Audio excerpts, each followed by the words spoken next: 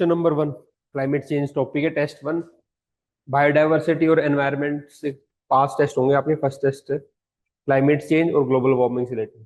पहला है climate change. Question number 1 is a global problem, how will India be affected by climate change, how will the Himalayan and coastal states of India be affected by climate change. 15 marks, 11 minutes.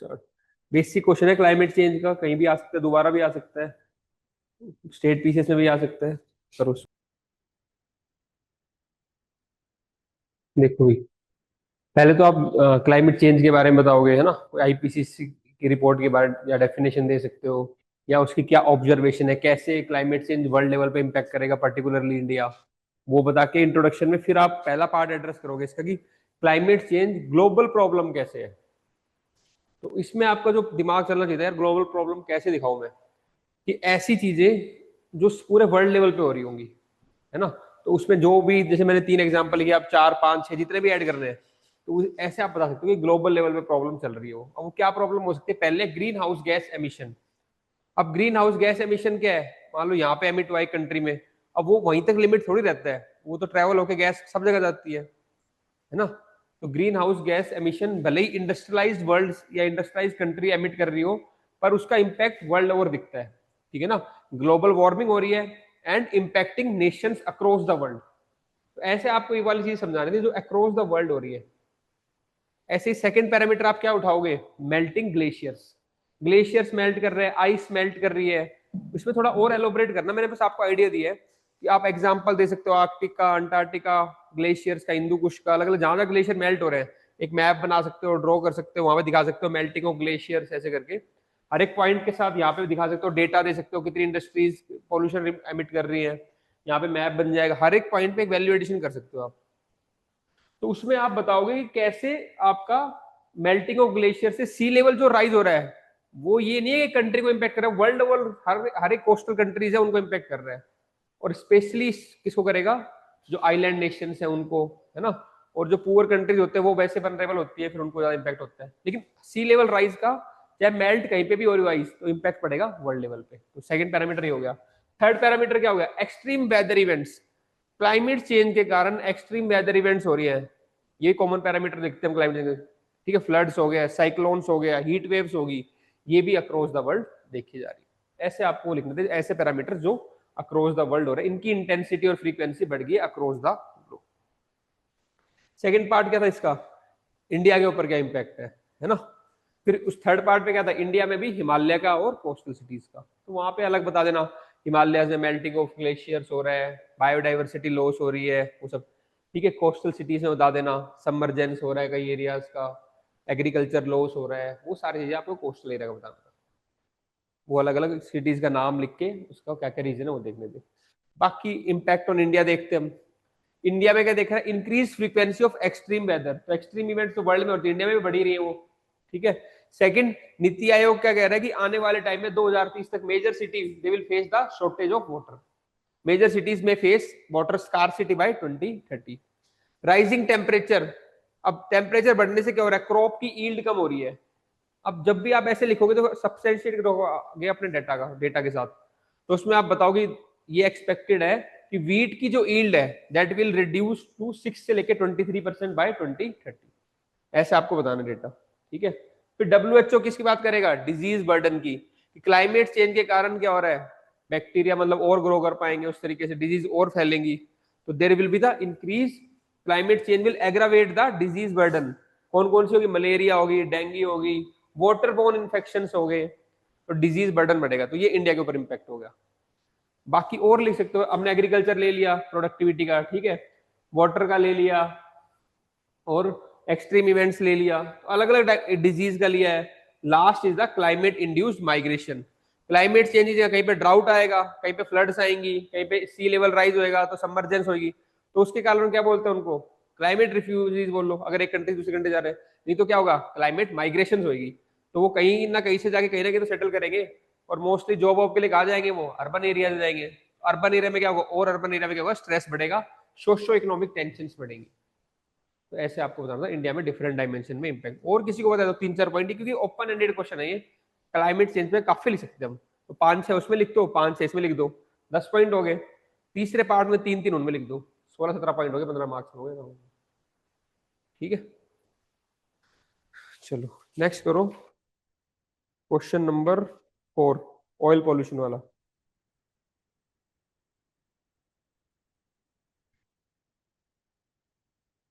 What is oil pollution?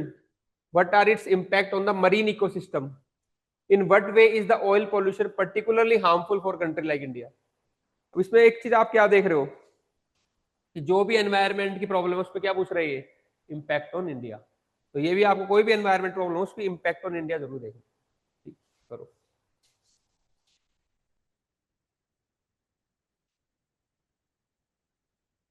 State में कैसे कर सकते हो अपना answer आप? अगर हरियाणा का paper दे रहे हो तो इम्पैक्ट ऑन हरियाणा, पंजाब का दे रहे हो इम्पैक्ट ऑन पंजाब लिख दो, बॉक्स में डाल के, नहीं पूछा तब भी लिख दो impact of this on the Haryana Punjab. हालांकि इसमें तो नहीं होएगा, जैसे कोई क्वेश्चन हो एग्जांपल, अगर वाटर स्ट्रेस का आ जाए क्वेश्चन तो लिख दो पंजाब में, हरियाणा में, हिमाचल में, जहां का भी आप पेपर दे रहे हो उसका इम्पैक्ट क्या पड़ रहा है। जब हमने पिछले एग्जाम्पल में बात की 2030 तक नीति आयोग क्या कह रहा है, सिटीज क्या हो जाएंगी, वाटर स्कार सिटी हो जाएगा सिटीज में, तो उसमें शिमला का एग्जाम्पल दो अगर हिमाचल पेपर दे रहे हो तो ऐसे। का पहले बताओ, is a contamination of marine and coastal environment due to accidental या फिर deliberate discharge of petroleum products. How is oil pollution है, कैसे होता है ऑयल पोल्यूशन? टैंकर स्पिल हो जाएगा, ठीक है, ऑफशोर ड्रिलिंग लीक हो जाती है, ऑपरेशनल डिस्चार्ज है, ठीक है, क्या इंपैक्ट होता है? Toxic to marine organisms affecting fish plankton, ठीक है, oil coats of the bird feather वो इफेक्ट हो जाते हैं, smothers the mangroves and marshes, reduce oxygen level reduce होता है क्योंकि लेयर बन जाती है पूरी, ठीक है, harming the aquatic respiration biodiversity, bioaccumulation of toxins in the food chain poses risk to the human health. फिर पर्टिकुलरली हार्मफुल फॉर इंडिया का बताओगे, इंडिया में 7,000, अब इसको चेंज कर लेना, तो नई कोस्ट लाइन आया है ना, 11 वो डालेंगे हम, ठीक है, with the major ports like Mumbai, Chennai making it vulnerable to oil spill. According to CPCB over 2,000 ton of oil was spilled near Indian coast in the last decade. एक डेटा बताओगे कितना हमारे यहाँ पे हो रहा है। सीवियरली अफेक्टिंग फिशरीज डिग्रेड, अब क्या क्या इफेक्ट करेगा फिशरीज को, dredging coastal and land, negative impact on tourism and biodiversity and coastal livelihoods. तो ये आप नेगेटिव इंपैक्ट बता सकते हो।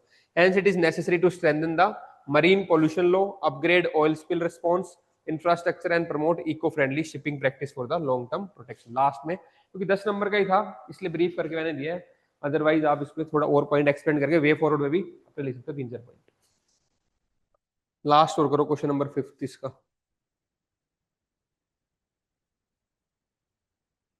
इंडस्ट्रियल पोल्यूशन ऑफ रिवर, ठीक है, रिवर पोल्यूशन देखेंगे। Industrial pollution of river water is a significant environmental issue in India. Discuss the various mitigation measures to deal with this problem and also the government initiative in this regard. Industrial pollution के regarding बताओ। 10 marks 7 minute start. ये कर सकते थे कि एक map बनाना है India का, है ना, ये मैं ज्योग्राफी क्लास में कराता हूँ, तो उसमें जैसे आप पहले दिखाओ गंगा रिवर, तो गंगा रिवर में पोल्यूशन किसका दिखाओगे आप? कानपुर में दिखाओगे टैनिंग इंडस्ट्रीज का, ऐसे करना था आपको, ठीक है। फिर आप आ जाओ चेन्नई में, वहां पे दिखा दो कावेरी रिवर, ठीक है, वहां पे दिखा दो एग्रीकल्चर रिलेटेड पोल्यूशन या इंडस्ट्री रिलेटेड एफ्लुएंट्स डिस्चार्ज करते हुए, ठीक है। फिर आ जाओ सूरत के यहाँ पे, ताप्ती के वहां पे दिखा दो टेक्सटाइल रिलेटेड पोल्यूशन। कहने का मतलब ये 3 ऐसे एग्जाम्पल देते अक्रॉस द कंट्री जहाँ पे आपके डिस्चार्ज रिवर वाटर पोल्यूशन हो रहा है। ये क्वेश्चन था industrial pollution of river water, तो इंडस्ट्रीज के अलग अलग वहां पे, कानपुर में टैनिंग हो गया, गुजरात में टेक्सटाइल हो गया, नीचे साउथ में ऑटोमोबाइल केमिकल जो भी डालने 3-4 जो वहां की इंडस्ट्रीज है उनको उस रिवर से लिंक कर दो। ये एक इनोवेटिव अप्रोच में तुम लगा सकते थे, रिवर का एक मैप बन जाता। तो पहला पार्ट एड्रेस हो जाता कि industrial pollution of river water is significant environmental issue in India, जो आपने मैप के थ्रू दिखा दिया, हाँ सर सिग्निफिकेंट पॉल्यूशन है। और फिर उसी मैप के अंदर अगर आप इम्पैक्ट दिखा दो किसके कारण ये इम्पैक्ट हो रहे हैं, है ना, रिवर वाटर में जो डिस्चार्ज हो रहा है वो क्वालिटी डाउन हो रही है, डिजोल्व ऑक्सीजन कम हो रही है, हेल्थ के ऊपर इम्पैक्ट पड़ रहा है, ग्राउंड वाटर का जो टेबल वो खराब हो रहा है, सो लिख दो, क्या दिक्कत है, सारी बातें कॉमन बातें हैं, बस लिखना आना चाहिए अपने को, प्रेजेंटेशन नई बात कुछ भी नहीं है। कौन कितना ध्यान से उस क्वेश्चन को पढ़ के उस आंसर को अटेम्प्ट कर रहा है, कितनी उसकी शिद्दत से लिख रहा है, वो कितना कुछ अलग करने की सोच रहा है। इस मॉडल आंसर में ये चीज नहीं थी, साइड वाली डायग्राम वाली, फिर भी मैंने सोचा मैं कैसे कुछ अलग करूं, अपने आंसर को दिमाग लगाया मैंने 1 मिनट तक उसका आंसर लिखा। तो तुम्हें ये चीज सोचना है हर क्वेश्चन के अंदर तुम कैसे डिफरेंशिएट करोगे। भले ही इतना क्लोज नहीं पता हो तुम्हें, पर इतना इतना सूरत में चलो कपड़े का काम होता है, टेक्सटाइल, ताप्ती नदी वहां से जाती है, बेसिक बातें हैं, तब उस हिसाब से करना है, ठीक है ना। फिर ये बेसिक ऊपर आपने लिख दिया कौन कौन सी रिवर में कैसे कैसे पोल्यूटेंट्स है, toxic chemical, heavy metal, organic pollutants, ये सब रिलीज होता है सारा। एग्रीकल्चर नॉर्थ में तो आप ये भी दिखा सकते हो कि जब, क्योंकि चलो इंडस्ट्रियल था क्वेश्चन इसलिए एग्रीकल्चर को छोड़ दो, पर इंडस्ट्री वाइज भी दिखा सकते हो अलग अलग इंडस्ट्रीज क्या क्या पोल्यूशन कर रही है। अब देखो इसके मिटिगेशन मेजर कैसे आप इसको कंट्रोल कर सकते हो। पहले तो लगाओ आप effluent treatment plants in industries, क्योंकि होता क्या, या तो अनट्रीटेड या मिनिमली ट्रीटेड जो वाटर होता है वो डिस्चार्ज कर देते हैं, या तो अनट्रीटेड होगा या बहुत ही कम उसको ट्रीट करेंगे। तो हमें सबसे पहले क्या करना है, जो भी पानी डिस्चार्ज हो रहा है रिवर के अंदर दैट शुड बी ट्रीटेड। उसके लिए इंडस्ट्रीज में क्या लगाओगे, effluent treatment plants in industries, ठीक है। पंजाब पेपर में यहाँ पे एग्जांपल दे देना, जो भी आपकी नदियां हैं नहर है वहां पे जो डिस्चार्ज हो रहा है लुधियाना से कहीं से भी अमृतसर से ना, तो वो सब लोकल अपने एग्जांपल दो। फिर क्लीनर प्रोडक्शन टेक्निक्स, जो हमारी प्रोडक्शन टेक्निक उसमें हमें इंश्योर करें कि कम से कम वेस्ट जनरेट हो, तो वो कैसे हो, क्लीनर हो सारी, ठीक है ना। Adoption of zero liquid discharge, recycling waste water and using less harmful raw material, तो हमारी टेक्निक ऐसी कम से कम वेस्ट जनरेट हो तो भी ठीक है। सेकंड हो गया, थर्ड हो गया रियल टाइम मॉनिटरिंग सिस्टम, जितना जो इंडस्ट्री डिस्चार्ज कर रही है उसका पूरा ऑनलाइन डेटा आना चाहिए, central state pollution control board के पास है, सेंट्रल पॉल्यूशन कंट्रोल बोर्ड, तो उनको क्या होगा, इजीली हम ट्रैक कर सकते हैं, फाइन लगा सकते हैं। तो ऑनलाइन पूरा ट्रैकिंग ऑफ डेटा होना चाहिए, real time monitoring system. Next, public में अवेयरनेस हो, और जितने भी स्टेक होल्डर्स हैं, इंडस्ट्रीज लिस्ट है, एनजीओ है, एडमिनिस्ट्रेशन है, वो सारे पार्टिसिपेट करें। कम्युनिटी लेड डेवलपमेंट हो, वहां पे कम्युनिटी से कोई इन्फॉर्मेशन हो, ठीक है ना, कम्युनिटी का पार्टिसिपेशन हो। लोकल जो गवर्नमेंट है, चाहे अर्बन लोकल बॉडीज है, चाहे आपकी पंचायती राज, वो एम्पावर्ड हो, वो वहां पे डिसीजन ले सके, वो देख सके, चेक कर सके, मॉनिटर कर सके। सोशल ऑडिट हो, ये सब करना है आपको। एनवायरमेंटल ऑडिट हो, ठीक है ना। कम्युनिटी लेड वाटर मॉनिटरिंग हो, सिटीजन रिपोर्टिंग, सिटीजन रिपोर्ट कर रहे हैं वायलेशंस का, तो ये सब होगा तो इन्वॉल्वमेंट होगी। तो इसमें भी आप चीज देखो क्या क्या चीज आपने कर ली, टेक्नोलॉजी को इंक्लूड कर लिया, ठीक है, और ऑनलाइन सिस्टम को इंक्लूड कर लिया, पीपल को इंक्लूड कर लिया, और लास्ट में एनवायरमेंट का पॉइंट लिख दिया। बायो रेमिडिएशन टेक्निक्स जो हम प्री के अंदर पढ़ते हैं, ऐसे ऑर्गेनिज्म छोड़ दो जो डिस्चार्ज, जो पोल्यूटेंट्स को क्या करते हैं, डिग्रेड कर ले, और वो वेस्ट भी डिस्चार्ज ना करे। तो ऐसे 5-6 डायमेंशन अपनी साइड में लिख लो कि जब भी कोई एनवायरमेंट का क्वेश्चन आएगा, रेमिडिएशन या तरीके बताने होंगे तो मैं कोई टेक्नोलॉजी वाला बताऊंगा, ठीक है, कोई ऑनलाइन का सिस्टम वो बताऊंगा, कम्युनिटी को इन्वॉल्व करेंगे, कुछ एनवायरमेंट रिलेटेड टर्म्स है तो वो करेंगे, ठीक है। ऑयल वाले में क्या करते हैं हम, ऑयल जैपर, बायो रेमिडिएशन में एक ऑयल का पर्टिकुलर क्या है, ऑयल जैपर है, ठीक है, यहाँ भी बायो रेमिडिएशन कर दी हमने। ऐसे अपने को एक एनवायरमेंट का एंगल भी डालना है उसके अंदर, या एनवायरमेंटल कोई तरीके से हम कर सकते हैं क्या, ठीक है।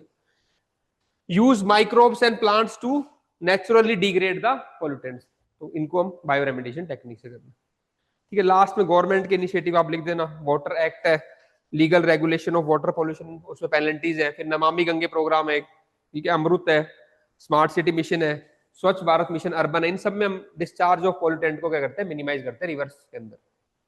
ये आपको करना था, ठीक। टेस्ट 1 हो गया, टेस्ट 2 करो।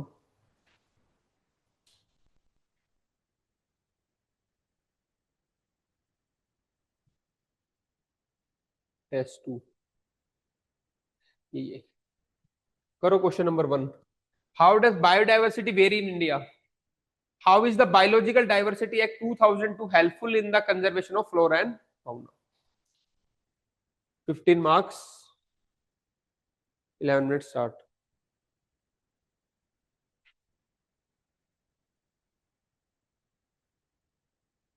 देखो भाई, biodiversity refers to the variety of life on the earth including species of plants, animals, microorganisms and ecosystem। अब देखते हैं इंडिया का बायोडाइवर्सिटी स्टेटस क्या है। India ranks 8th in the global biodiversity hotspot, hosting over 91,000 animal and 45,000 plant species. Ministry of environment forest climate change का data है। अब हमारे यहाँ पे कैसे बायोडाइवर्सिटी वेरी करती है अलग अलग, वो बताना था आपको। तो पहले आप बताओगे ज्योग्राफिकल डाइवर्सिटी है, इंडिया है Himalaya, desert, coast and forest, तो अलग अलग इकोसिस्टम होने के कारण क्या, अलग अलग वहां पे डिस्टिंक्ट बायोडाइवर्सिटी होगी, each with the distinct ecosystem and endemic species like snow leopards. और भी आप लिख सकते थे, वेस्टर्न घाट में आप लिख देते है ना, लॉयन टेल मकाक, है ना, इस तरीके से नीलगिरी थार, आप वहाँ पे नॉर्थ ईस्ट में लिख दो अलग अलग जो है, ठीक है ना, होलोक, गिबोन, ऐसे आपको एग्जाम्पल डालने थे, एक मैप बना देते हैं कहाँ पे क्या बायोडाइवर्सिटी, कहाँ पे क्या है, अलग इस तरीके से। गुजरात में लिख देते वाइल्ड एस मरण ऑफ कच्छ में, इस तरीके से। हॉर्नबिल लिख देते नागालैंड की तरफ, वहाँ पे मतलब नॉर्थ ईस्ट में। अब एक तो हो गया जोग्राफिकल डाइवर्सिटी, एक हमारे यहाँ पे क्लाइमेट जोन्स अलग अलग है, ठीक है, ट्रॉपिकल, सब tropical, temperate, alpine, result in the diverse flora like Shola forest, deciduous for trees, ये सब अलग अलग because of the climate. Next species richness, कई जगह पे हमारे यहाँ पे क्या है, बायोडाइवर्सिटी हॉटस्पॉट्स बने हुए हैं, बहुत स्पीशीज रिचनेस है। Western Ghats and north east India host endemic species like lion tail macaque and red panda, UNESCO sites भी है, ठीक है। फिर मरीन बायोडाइवर्सिटी के बारे में बताओ, लैंड के अलावा मरीन बायोडाइवर्सिटी अराउंड, जो भी, इसको भी चेंज कर देना, कोस्टल लेटेस्ट वाली लिखनी है। India harbour, coral reef, mangrove, marine species like dugong and sea turtle. फिर एग्रो बायोडाइवर्सिटी, तो लैंड पे हो गया, मरीन पे हो गया, और एग्रीकल्चर में बायोडाइवर्सिटी काफी हमारी। India's 160 agroclimatic zones support diverse crop varieties, over 30,000 rice and 1,500 wheat varieties documented। तो हमारे पास एग्रीकल्चर में काफी बायो अलग अलग पैरामीटर आपने बता दिए। नेक्स्ट जो एक्ट है वो कैसे सपोर्ट कर रहा है बायोडाइवर्सिटी को, ये थर्ड पार्ट था ना। enacted to conserve biodiversity, promote sustainable use and ensure equitable sharing of benefit arising from the biological resource। तो जब भी बायोडाइवर्सिटी एक्ट 2002 आए, 3 के अंदर भी क्वेश्चन आ चुका है और मेंस के अंदर भी आपको 3 बात याद रखनी है कि ये एक्ट क्या करेगा। पहले तो करेगा ये कंजर्व द बायोलॉजिकल डाइवर्सिटी, जो भी बायोलॉजिकल डाइवर्सिटी को कंजर्व करेगा। दूसरा क्या करता है, प्रमोट्स इस सस्टेनेबल यूज। और थर्ड क्या करेगा, ensure equitable sharing of benefits arising from the. तो ये मैंने अपने टाइम पे भी याद किया था, ये तब से चल ही रहा है। तो ये 3 बातें याद करनी होती है अपने को, कंजर्वेशन करेगा उसका, ठीक है, सस्टेनेबल यूज प्रमोट करेगा और बेनिफिट शेयरिंग करेगा, ऐसे करके ठीक वो ये इसमें, ठीक है, कंजर्व करेगा, सस्टेनेबल यूज और बेनिफिट शेयर। फिर आप देखो कैसे इसके how biodiversity act 2002 helps conservation. पहली बात तो क्या है, इट असेस द रेगुलेशन, कि बाहर से कोई कम्युनिटी के अलावा बाहर से कोई इसको यूज नहीं कर सकता बायोडाइवर्सिटी, तो फिर क्या होगा, डिस्ट्रक्शन कम होगा। It restricts the bioresource access to the foreign entities, protecting India's flora from biopiracy and over exploitation। Second क्या करता है, बायोडाइवर्सिटी मैनेजमेंट कमिटीज बनाता है, बीएमसीज। वो क्या करते हैं, रजिस्टर मेंटेन करते हैं, इसके अंदर सारी बायोडाइवर्सिटी क्या होगी, डॉक्यूमेंटेड होगी, उसमें आपको पता चल जाएगा वो लॉस्ट हुई तो कितनी स्पीशीज कम हुई है, ठीक है। तो ऐसे ही ये बायो रिसोर्स हो गया। Peoples local level BMCs maintain people biodiversity register, PBR बनता है to monitor and conserve local biodiversity. Third इसमें क्या था, बेनिफिट शेयरिंग। तो जो लोकल इंडिजिनियस कम्युनिटी है उनके साथ बायोडाइवर्सिटी के बेनिफिट शेयरिंग होती है, तो क्या करता है, प्रोटेक्ट करके रखेंगे बायोडाइवर्सिटी को। फोर्थ क्या है, नेशनल बायोडाइवर्सिटी अथॉरिटी, एक अथॉरिटी बनी है अलग लेवल पे, नेशनल लेवल पे अलग है, स्टेट लेवल पे अलग है, डिस्ट्रिक्ट लेवल पे अलग है, एक्ट के अंदर ही। Act as a regulatory body for approving research and commercial use of bio resource, तो वो एक अप्रूवल बॉडी है आपकी, रेगुलेटरी बॉडी है। नेक्स्ट कंजर्वेशन इंसेंटिव है इसके अंदर, जो act promotes ex situ and in situ conservation effort through state level policies and incentives to the local communities. ये हो गया बायोडाइवर्सिटी, और कंक्लूजन लिख देना 2 लाइन में। एक और कर लो question number last, question number 4।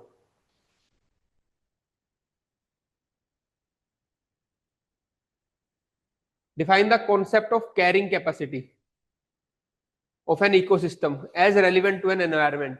Explain how understanding this concept is vital while planning for sustainable development of a region। Carrying capacity, 15 marks, 11 minutes start।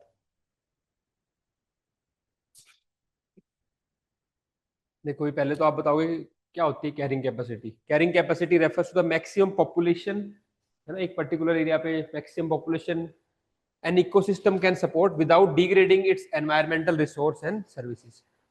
इसी चीज का बोलते हैं, अब इतनी कैपेसिटी, इतने लोग रह सकते हैं जो उस रिसोर्स को कंज्यूम करेंगे, that is the carrying capacity of an ecosystem. एक डायग्राम के थ्रू बता सकते हो भाई ये पॉपुलेशन है विद टाइम बढ़ती जा रही है, ये इसकी एक लिमिट, अगर इससे ऊपर ले जाओगे आप इस कैरिंग कैपेसिटी को तो क्या होगा, इकोसिस्टम डिग्रेड होगा।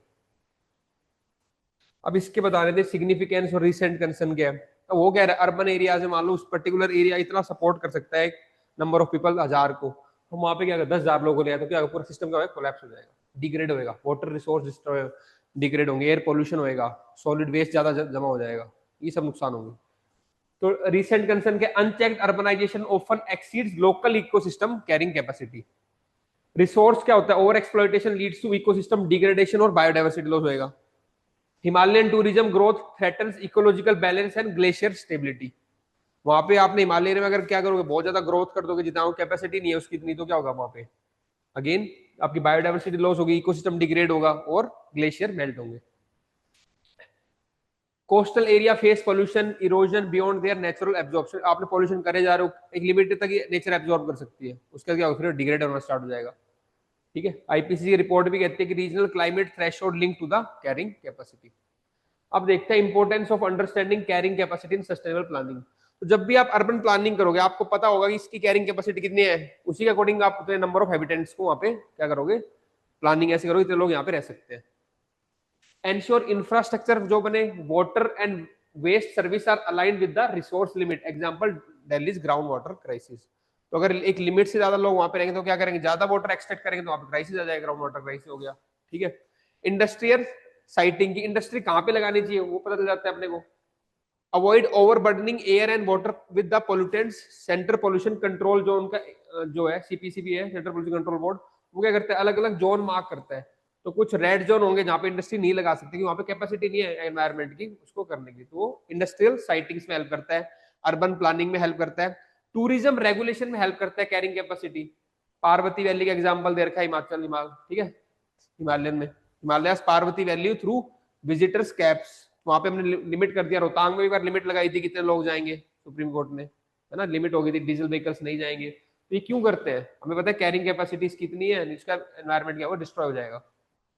फिर agricultural and land use, promote the crop planning and water budgeting, जैसे मनरेगा supported watershed models in Bundelkhand. तो जैसे कई जगह पे मान लो वाटर शेड डेवलपमेंट करनी होगी, यहाँ से अगर एफोरेस्टेशन कर दो, ये सब कर दो, तो फायदा होगा वहां पे, तो हमें पता चलता है कहाँ पे हमें क्या डेवलपमेंट करनी है for the ecosystem restoration. Forest conservation में, वेस्ट मैनेजमेंट में, ठीक है, coastal zone management, water resource allocation कि कहाँ पे कितना लगा, हमें पता है यहाँ पे इतना वाटर अवेलेबल है, तो उसको पहले प्रायोरिटी किसको देनी है, लोगों को ड्रिंकिंग वाटर के लिए, सब, तो वाटर एलोकेशन में, इस सब में हेल्प करेगा आपकी कैरिंग कैपेसिटी। एनर्जी प्लानिंग में, ठीक है, क्लाइमेट रेजिलियंस प्लानिंग में। ऐसे अगर आपको चीजें पता होंगी तो आपको 10-12 पॉइंट आपने लिख दिए कि कहाँ कहाँ आपकी कैरिंग कैपेसिटी हेल्प करेगी। ठीक है, आज इतना ही करते हैं, कल करेंगे टेस्ट नंबर थर्ड और फोर्थ नहीं करेंगे, थर्ड एंड फिफ्थ। तो थर्ड और फिफ्थ के टॉपिक देखना, फोर्थ बड़ा है, फोर्थ को परसों करेंगे, कल करेंगे थर्ड एंड फिफ्थ। ठीक है, एनवायरमेंट का टेस्ट नंबर 3 एंड 4 होगा, 3 एंड 5, थर्ड एंड फिफ्थ